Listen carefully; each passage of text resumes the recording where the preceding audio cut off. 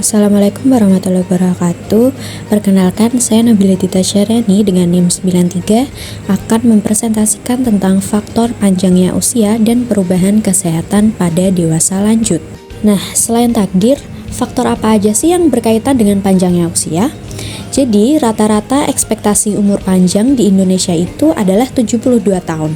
Berdasarkan survei ekonomi sosial Susenas pada tahun 2022, Indonesia termasuk negara yang dapat meningkatkan persentase harapan hidup yaitu 68,81 tahun pada tahun 2010 menjadi 71,85 tahun di tahun 2022. Hal ini artinya Indonesia mengalami peningkatan persentase harapan hidup sebesar 3,4%. Nah, harapan hidup sendiri dapat memberikan sumbangan terhadap perekonomian negara apabila individu lanjut usia masih dalam keadaan sehat, aktif, dan produktif. Selanjutnya kita masuk ke faktor panjangnya usia. Jadi faktor-faktor panjangnya usia itu dipengaruhi oleh 3 hal. Yang pertama yaitu gaya hidup, kedua genetik, dan ketiga lingkungan yang akan dibahas di slide selanjutnya. Yang pertama, gaya hidup. Nah, gaya hidup ini merupakan faktor yang paling utama dan faktor yang paling banyak mempengaruhi panjangnya usia, yaitu sebesar 70%. Nah, gaya hidup yang dapat diterapkan agar memperpanjang usia itu ada 3. Yang pertama, yaitu menghindari kebiasaan merokok dan konsumsi alkohol. Kedua, menjaga pola makan dan asupan gizi yang seimbang. Ketiga, coping stres dan tidur yang teratur.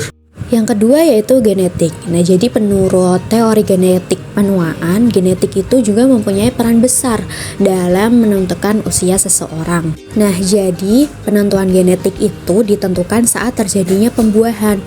Nah, penuaan dapat terjadi akibat genetik yang diwariskan oleh orang tuanya.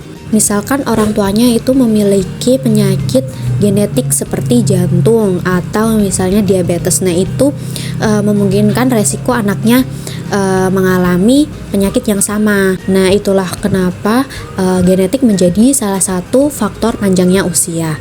Seperti dijelaskan tadi, jadi panjangnya usia seseorang itu tergantung mutasi gen yang diwariskan oleh orang tua ke anaknya. Jadi ketika mutasi gen yang berbahaya dapat meningkatkan resiko penyakit, nah itu resiko penyakit itu dapat diwariskan ke anaknya. Nah, seperti penyakit anemia sel sabit, kanker, diabetes mellitus, dan sebagainya. Yang ketiga yaitu lingkungan. Nah, lingkungan yang dimaksudkan di sini adalah lingkungan dengan paparan sinar matahari dan penuh asap. Nah, ini dapat menyebabkan terjadinya penuaan dini dan kemungkinan memperpendek usia. Sinar UV atau paparan asap itu dapat mengganggu kesehatan kulit dan membuat kolagen lebih mudah terdegradasi serta membuat kulit tampak tua dan kusam. Nah, selain itu, sinar UV sendiri itu meningkatkan resiko penyakit seperti kanker kulit. Oke, selanjutnya perubahan kesehatan dewasa lanjut. Nah, seperti yang kita tahu, dewasa lanjut itu merupakan fase terakhir dalam kehidupan. Nah, itu berlangsungnya dari umur 60 tahun sampai kematian. Jadi, dewasa lanjut itu kemungkinan terjadi kemunduran pada aspek sosial, psikologis, dan juga fisik, sehingga rentan terhadap penyakit karena faktor tambahnya usia tadi. Ini ada beberapa gambaran perubahan yang terjadi pada dewasa lanjut. Yang pertama ada terjadinya perubahan pada postur tubuh karena penurunan kepadatan tulang belakang. Terus ada terjadinya pembengkakan pada tulang yang memicu keroposnya tulang pada dewasa lanjut. Itu mengapa dewasa lanjut itu banyak yang mengalami atau terkena penyakit osteoporosis. Nah, ini pada perubahan yang pertama ini lebih ke perubahan fisik ya. Nah, yang kedua ini ada perubahan pada kulit dewasa lanjut. Jadi kulitnya akan mengalami penebalan dan pengenduran di seluruh kulit atau biasanya disebut dengan keriput.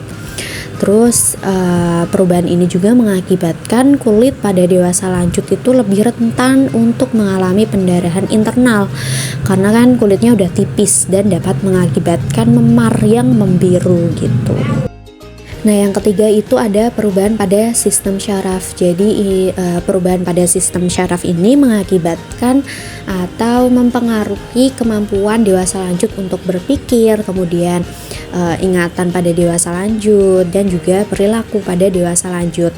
Makanya kenapa ingatannya tuh kadang udah pikun, terus juga perilakunya udah kembali kayak anak kecil gitu, karena terjadi perubahan pada sistem syarafnya. Lalu pada proses degenerasi syaraf itu mengaruhi fungsional indera, khususnya pada indera pendengaran dan penglihatan pada dewasa lanjut. Terus juga ada terjadi penurunan pada ketajaman alat indera pendengaran dan juga indera penglihatan. Baik, sekian dari saya. Mari jaga kesehatan mental dan fisik Anda mulai sekarang, karena supaya kita punya panjang-panjang usia. Terima kasih dari saya. Wassalamualaikum warahmatullahi wabarakatuh.